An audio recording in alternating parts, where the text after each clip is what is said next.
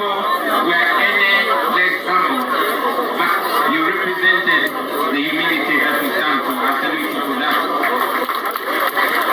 Friends, everybody had a candidate. Everyone had a candidate that they support. Everybody had a view. Everybody had an opinion. From the foot soldiers to the highest rank in the party. But we all agreed that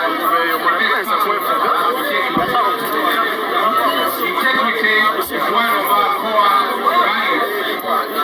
And we hold it in that regard. It's not just to talk about it, but to practice. I want to salute our election management committee for a job. To the entire National Unity Platform, you have taken the current regime to school. You have taught them the real meaning of democracy. And this is the democracy that we are practicing even when we are under duress. Even when we are not allowed to do what we believe can cut us out as the leadership of the new Uganda that we tell you about every day. Now that we are here, now that we have a candidate, number one, I want to salute, while I salute the contenders, I want to request you, to invite you to practice continuously the values that you've been standing for.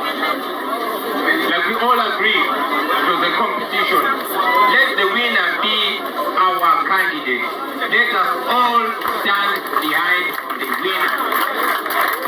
Let us do what we are expected to do so that we can be the party that people believe we are. We are going to Kawempe.